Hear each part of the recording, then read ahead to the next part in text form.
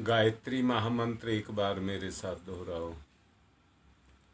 ओम भूर्भुवः स्वः तत्सवितुर्वरेण्यं भर्गो देवस्य धीमहि धियो यो नः प्रचोदयात्।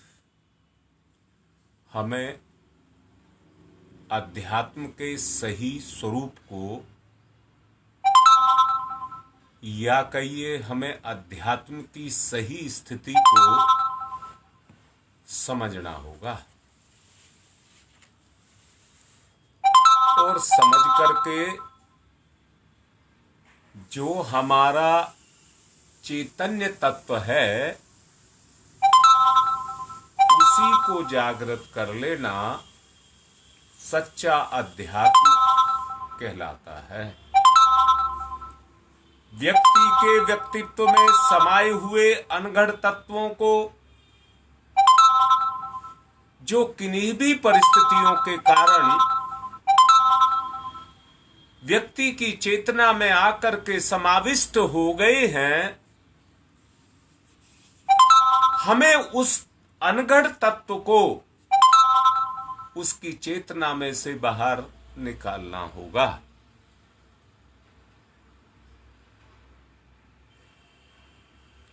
जब वो अनगढ़ तत्व अपने अंदर से निकलेगा और उसकी जगह पर प्रकाश तत्व स्थापित होगा, तो ऐसा समझना जैसा सूरज आकाश में निकल आया, ऐसा समझना जैसे सूरज आकाश में निकल आया प्रकाश की प्रतिस्थापना हो जाएगी, प्रकाश की प्रतिस्थापना हो जाएगी। मैंने आपको कल के प्रवचन में एक बात समझाया था। इस आकांक्षा को तो बहुत व्यक्ति रखते हैं कि हमारा आत्म उत्कर्ष हो जाए। इस आकांक्षा को तो बहुत व्यक्ति रखते हैं, परंतु सच को देखिए पूरी कितनों की होती है, पूरी कितनों की होती है। इसके लिए एक ही बात सबसे जरूरी है कि हमें सही मार्ग पर चलना होगा और उस पर चलने के लिए अपनी अभीष्ट क्षमता को जगाना होगा, अपनी अभीष्ट क्षमता को जगाना होगा।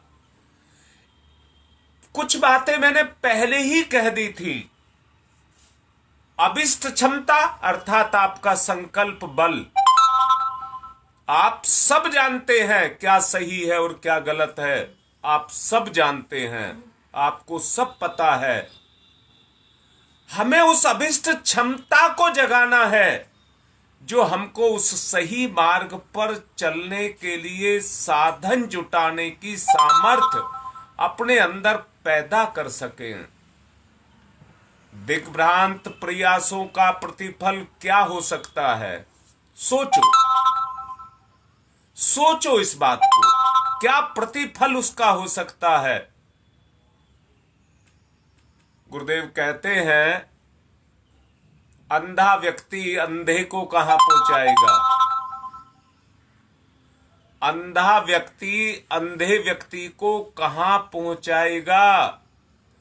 भटकाव में जो भ्रमित में खुद ही भटक रहा है, वो उस लक्ष्य तक कैसे पहुंचाएगा? एक बात मैं आपको स्पष्ट कर देना चाहता हूं।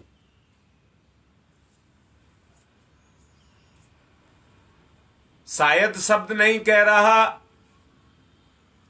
आप लोगों को पार उतारने में मेरे जीवन का भी उद्धार हो जाएगा, मुझे अंदर से ये लगता है। जब मैं आप लोगों को समझाता हूं तो मेरी कमजोरी मुझको अंदर से ललकारती है और कहती है ये कमी तेरे अंदर भी है, ठीक कर ले। ये कहती है ये कमजोरी तेरे में भी है, अपनी कमजोरी को ठीक कर ले।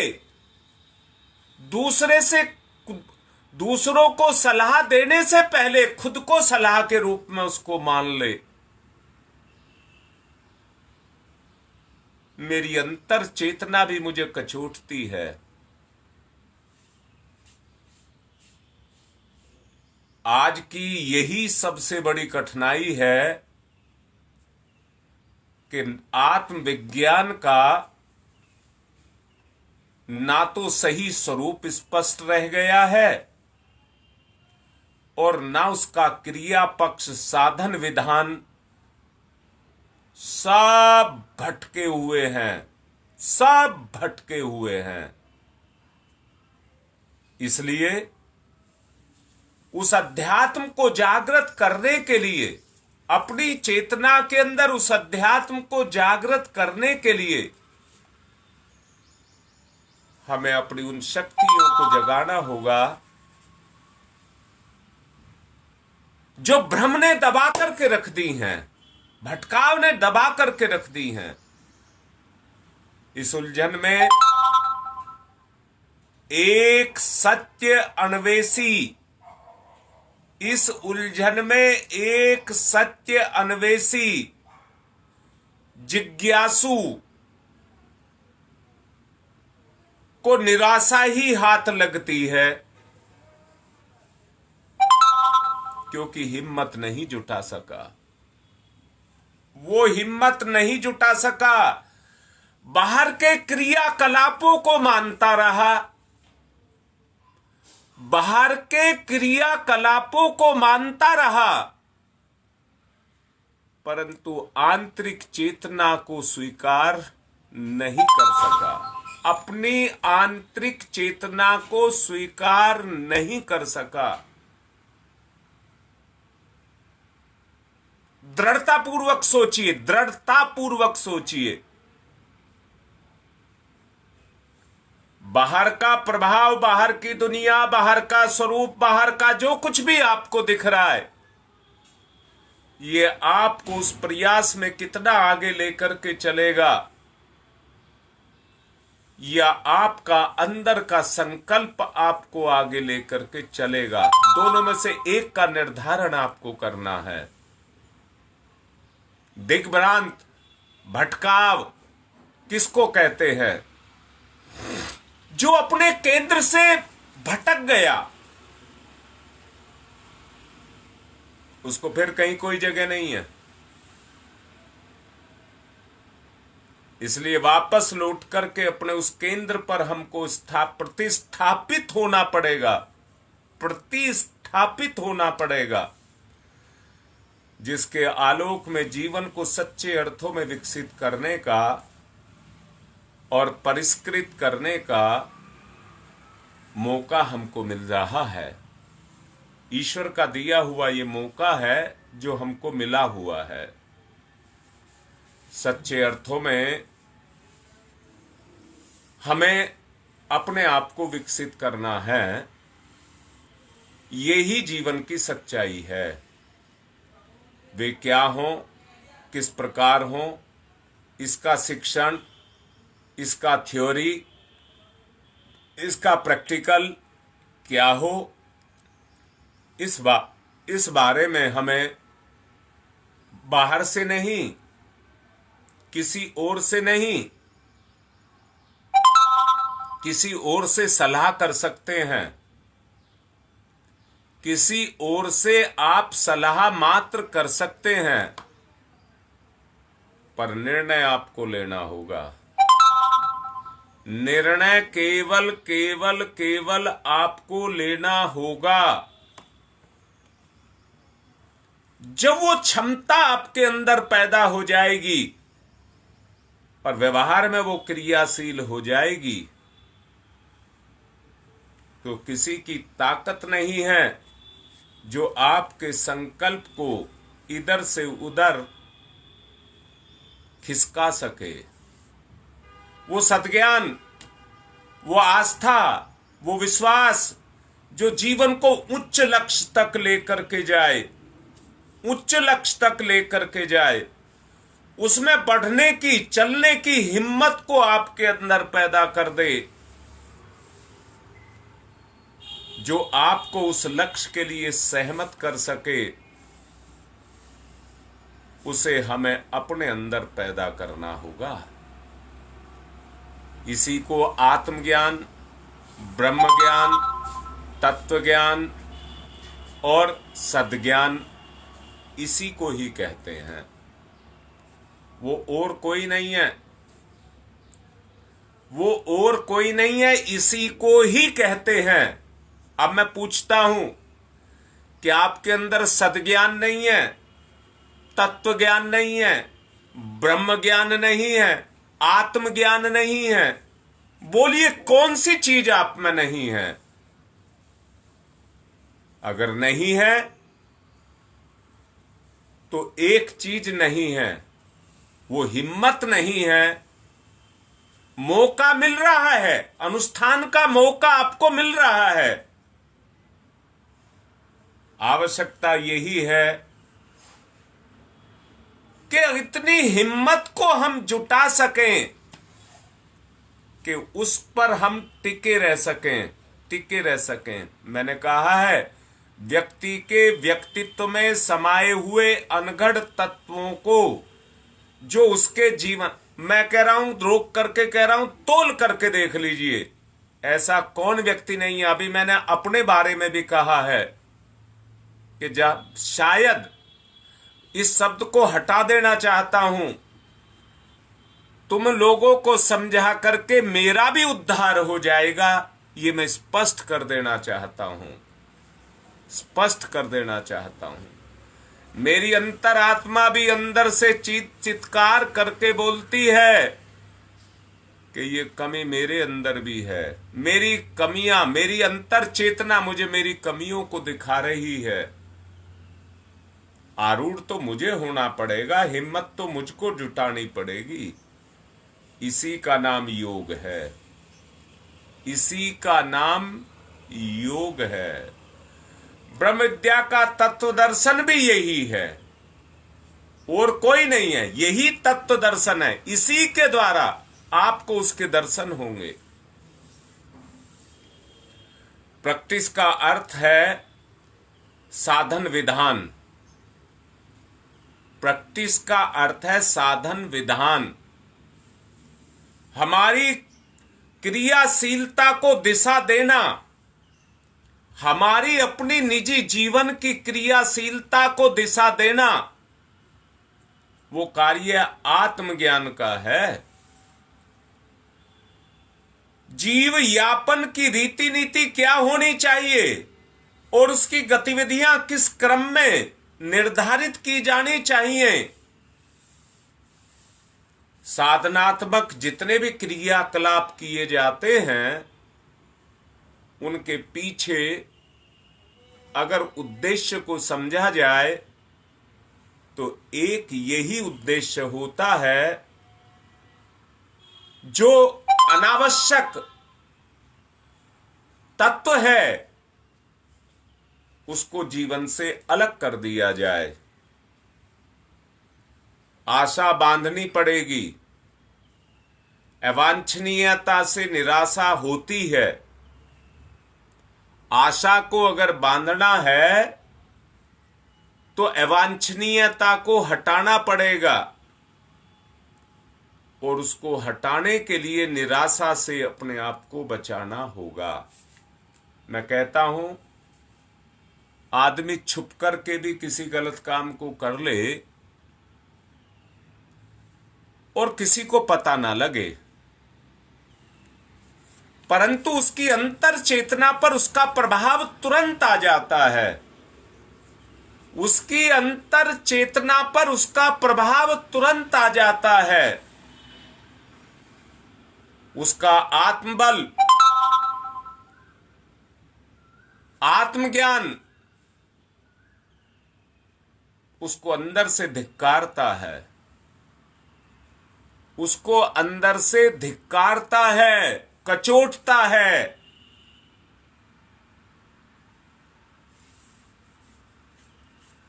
साधना का परम पूज्य गुरुदेव ने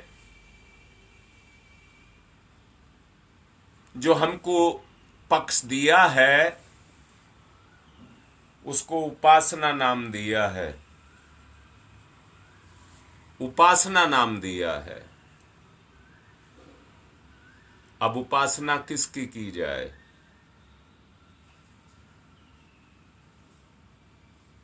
हमारे आराध्य ने उपासना को स्पष्ट करने के लिए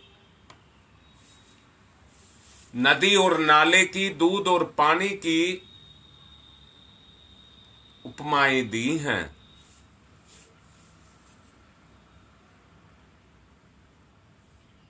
परंतु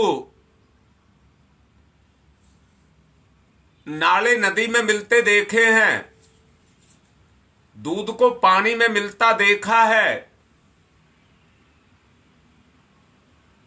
अपनी निकृष्टताओं को उत्कृष्टता में मिलकर के सुधरते हुए नहीं देखा, अपनी बुराइयों को अच्छाइयों में मिलाकर के बदलते हुए नहीं देखा। अच्छाई भी आपके अंदर है और बुराई भी आपके अंदर है, भगवान भी आपके अंदर है और राक्षस भी आपके अंदर है। जब आपका भगवान आपको कचोटना शुरू कर देगा, अंदर से हुक पैदा करेगा, प्रेरित करेगा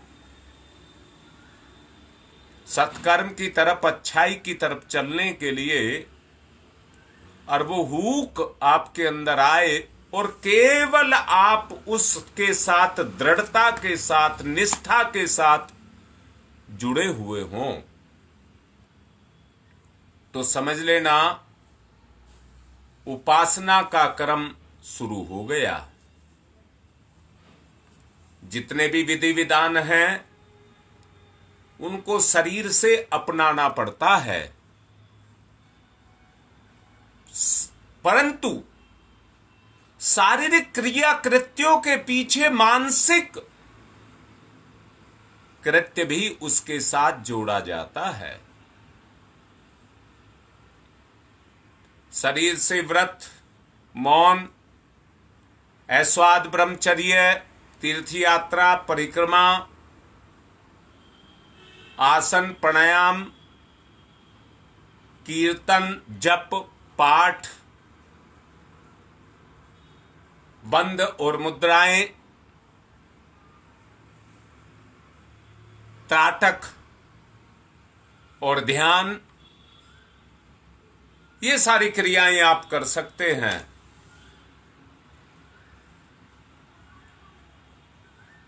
इनमें सक्रियता है, क्रियाशीलता है, पर दिखावा भी है। इनके अंदर क्रियाशीलता तो है पर दिखावा भी है। अब दिखावा किसमें नहीं है बताता हूं। अगर ध्यान योग के द्वारा, ध्यान की बात कह रहा हूं, उसका योग करते हुए आप अपनी क्रिया को उस स्तर का कर रहे हैं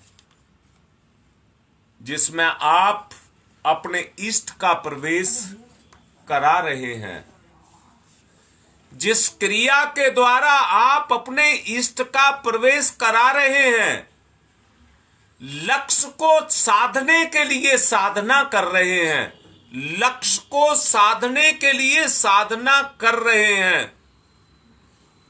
अब लक्ष्य क्या हो सकता है? षट चक्र वेदन, कुंडलनी जागरण, प्राण योग, हंस योग, ऋजु योग, जो भी आपके लक्ष्य हों, जब आप लक्ष्य का निर्धारण करके नाद योग, बिंदु योग, लय योग, ये सारे योग कर रहे हो तो समझ लेना आपका कृत्य ध्यान योग की श्रेणी में गिना जाएगा। स्थूल शरीर से श्रम परक, सूक्ष्म शरीर से चिंतन परक उपासनाएं की जाती हैं। कारण शरीर तक केवल भावना ही पहुंच पाती है। निष्ठा, आस्था, श्रद्धा, भावना का समन्वय भक्ति कहलाता है।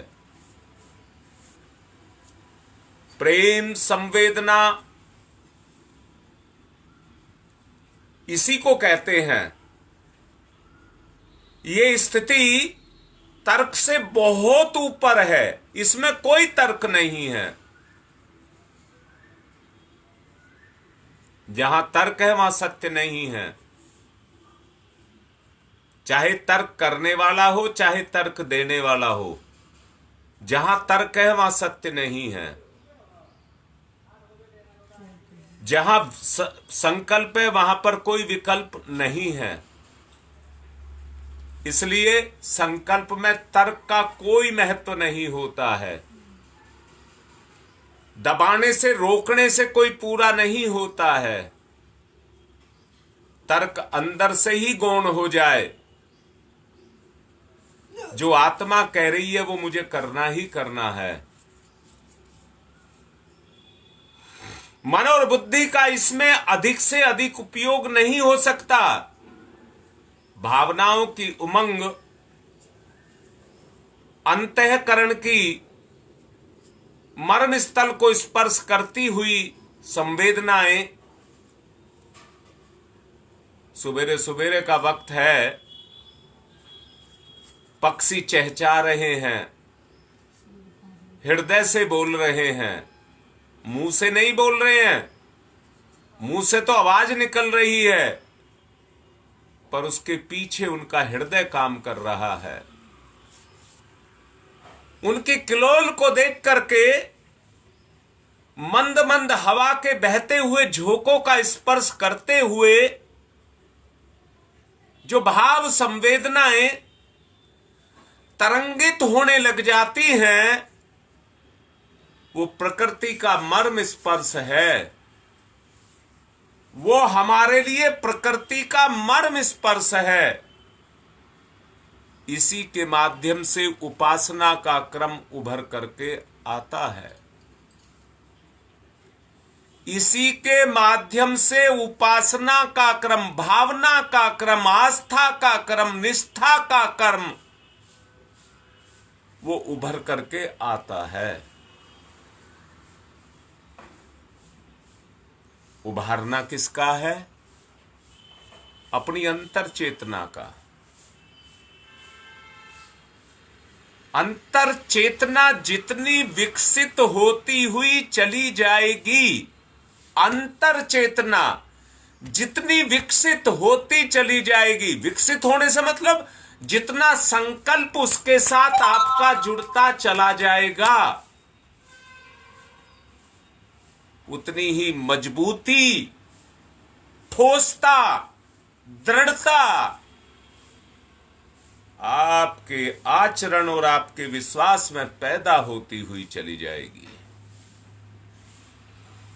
उपासना में असफलता का कोई कारण नहीं होता। उपासना में असफलता का कोई कारण नहीं होता। केवल एक ही कारण होता है, अपनी मानसिक कमजोरी।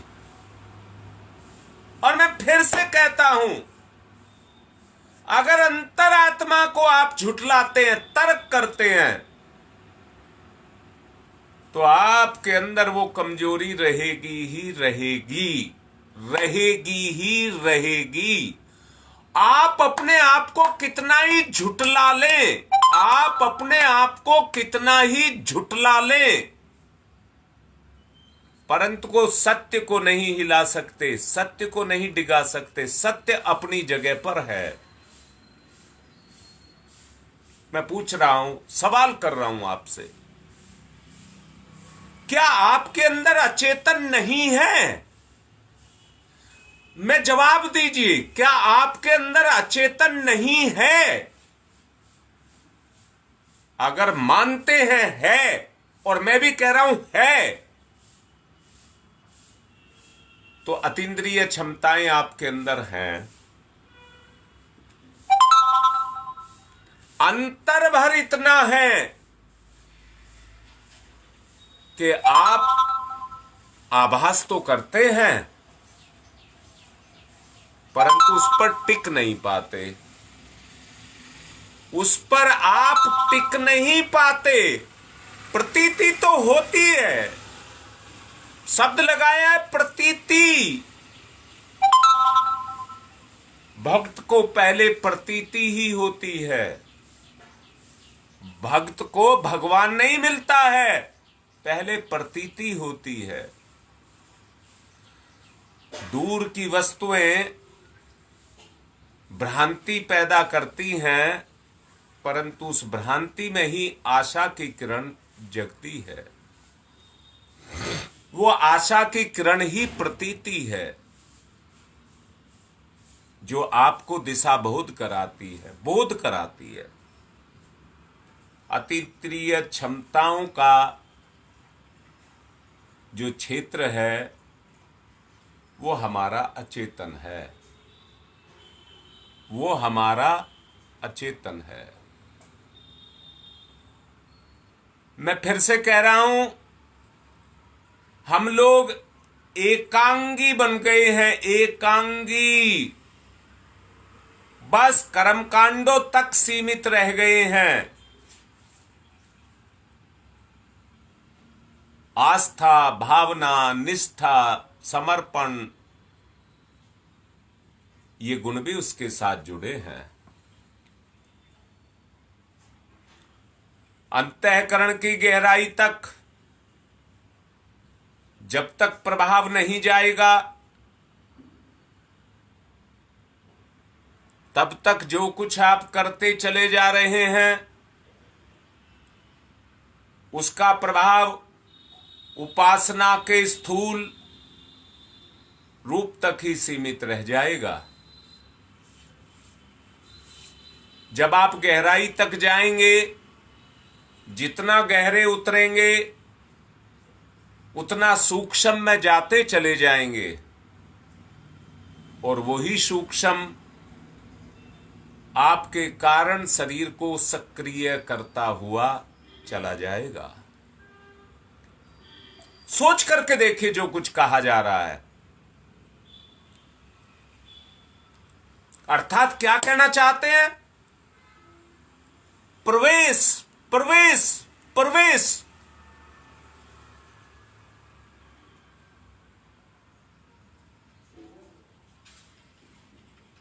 लोभ की बात, काम की बात, भोग की बात, विषय वासनाओं की बात,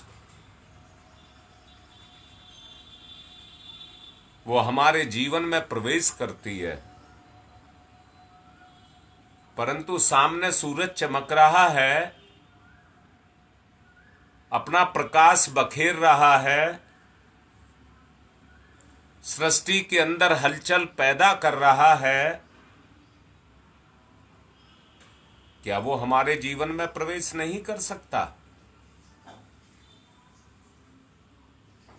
क्या वो हमारे जीवन में प्रवेश नहीं कर सकता?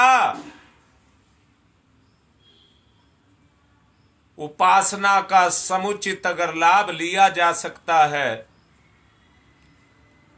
तो जीवन के तीनों क्षेत्रों को आपको क्रियाशील करना होगा। शरीर के क्षेत्र में क्षमता से संबंध, इसकी जानकारी आप भली प्रकार रखते हैं। अगर हमारी क्षमताएं कमजोर हो रही हैं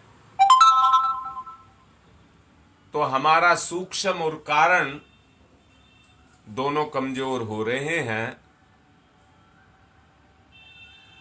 तभी हमारी स्थूल क्रियाशीलता कमजोर पड़ती हुई चली जा रही है। अतीन्द्रिय क्षमताएं आपके अंदर हैं। मैंने कहा है, आप बताइए क्या आपके अंदर अचेतन नहीं है? है, अगर पगर नहीं लगा रहा है, निर्णय दे रहा हूं है। अगर उसे जगाने उभारने में अपनी सामर्थ्य लग जाए,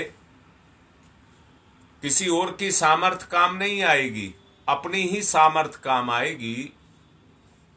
अगर उस क्षेत्र में अपनी सामर्थ्य लग जाए और ऐसी व्यवस्था बनकर के निकल करके आए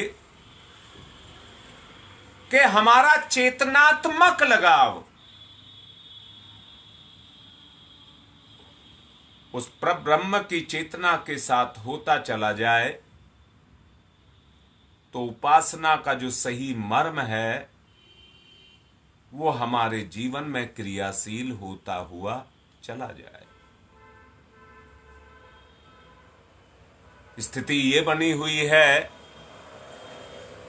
कि हम जैसे हैं वैसे ही बने रहते हैं। उपासना तो हम करते हैं,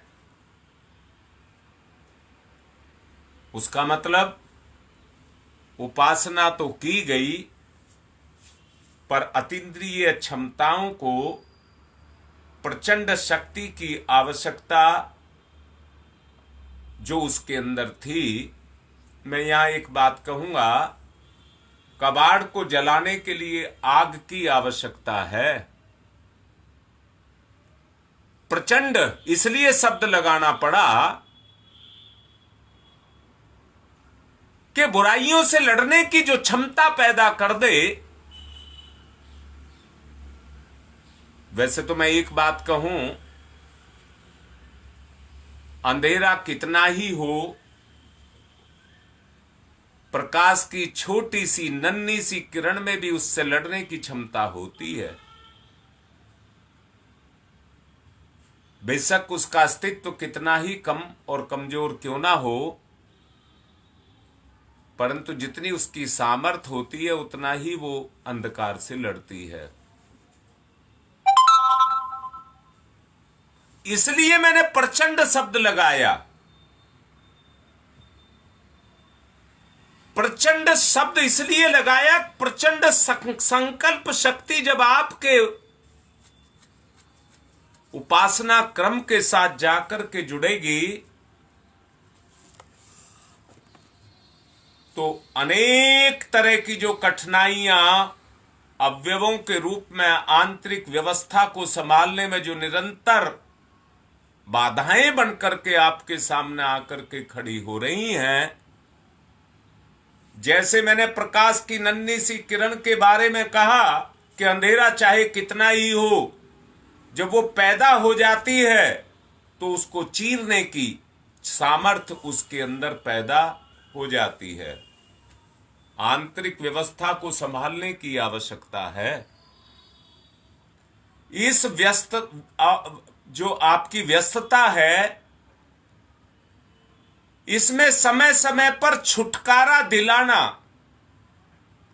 और निर्वाह संकट को खींचने से आगे बढ़कर के अपने पराक्रम को ऊंचा उठाना, जिस स्थिति में होता है उस स्थिति में आपको विश्रांति मिलती जाती है। अंतर चेतना की बात कर रहा हूं, उसको विश्रांति मिलती हुई चली जाती है। अंतर चेतना की विश्रांति को ही समाधि कहते हैं। बहुत अच्छे से समझ लेना। मैंने अभी कुछ देर पहले कहा था, आप बड़े सच्चे और ईमानदार व्यक्ति हैं,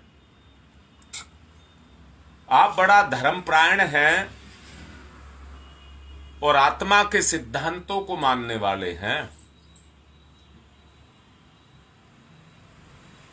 बड़े ही संयम के साथ अपने जीवन को जीते हैं, परंतु एक जरा सा भी लालच अगर आ गया, एक कण जरा सा भी लालच आ गया, जैसे टायर इतना बड़ा होता है पर जरा सा भी छेद उसमें हो गया तो वो अपना काम कर देगा, फिर गाड़ी चलने लायक नहीं रह जाएगी। इसलिए हमारे संयम में कहीं छिद्र ना हो जाए, तो समाधि की अवस्था आपके अंदर पैदा हो जाएगी। समाधि की अवस्था आपके अंदर पैदा हो जाएगी। इसलिए आत्मनिवेदन कर रहा हूं कि अपनी कमजोरियों को देखिए, अपनी केवल कमजोरियों को देखिए जो हमारे व्यक्तित्व के अंदर छुपी हुई बैठी हैं। मैंने अभी शुरू में, सबसे शुरू में एक ही बात कही थी कि व्यक्ति के व्यक्तित्व में जो अनगढ़ तत्व हैं, अगर उन अनगढ़ तत्वों को निकाल करके वहां पर प्रकाश की व्यवस्था कर दी जाए, उसकी प्रतिस्थापना कर दी जाए, ढूंढ ढूंढ करके निकाल करके बाहर कर दीजिए, और जिसको निकाले वहीं प्रकाश की प्रतिस्थापना कर दें, आत्मज्ञान की प्रतिस्थापना कर दें, जिससे प्रकाश के सामने अंधकार की चलती एक भी नहीं है।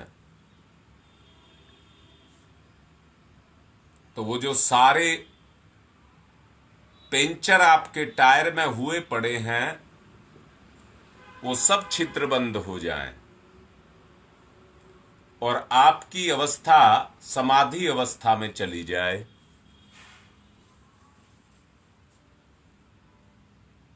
आत्मनियंत्रण की सर्वोच्च स्थिति इसी को ही कहते हैं।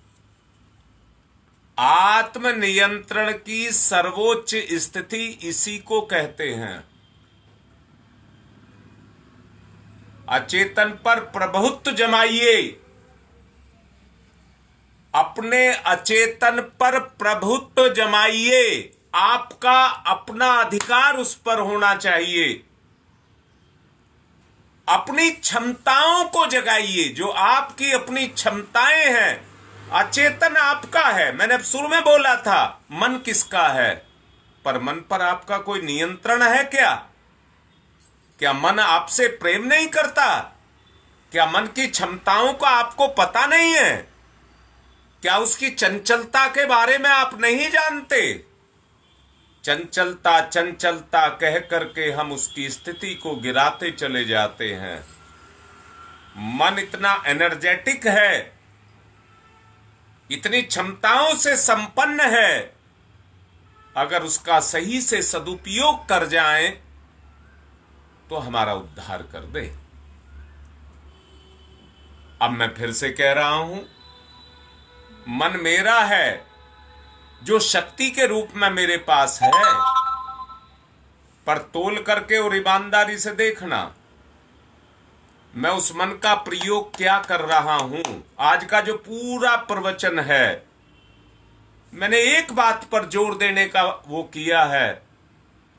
टायर में जब हवा भरी होती है, पूरी मजबूती से हवा भरी होती है, तो गाड़ी में कम जोर लगाना पड़ता है, उछलता फुदकता हुआ उसको लेकर के दौड़ा हुआ चला जाता है।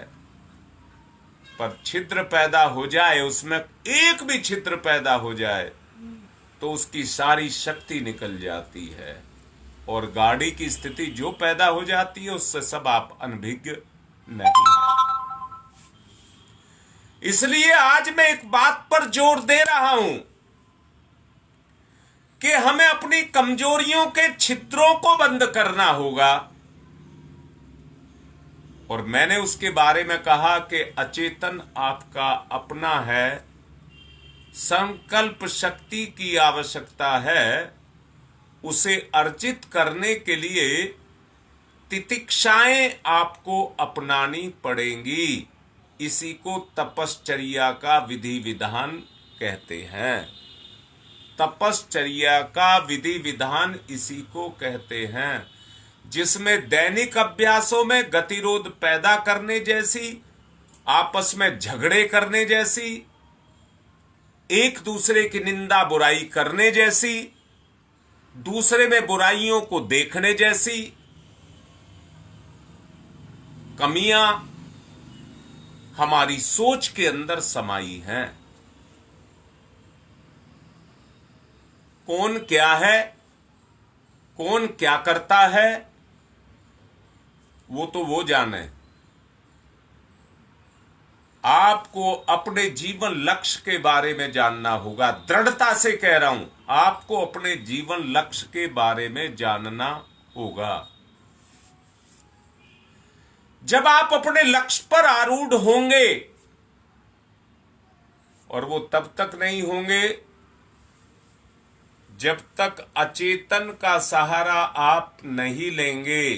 अंतःकरण में समाधिस्थ होने की ताकत आप में पैदा नहीं होगी। जब आपकी ऊर्जा अंतःकरण के अंदर समाने लग जाएगी, जिसको समाधि कहा गया है, तो उस क्षमता के द्वारा आपका अंतःकरण क्रियाशील होगा।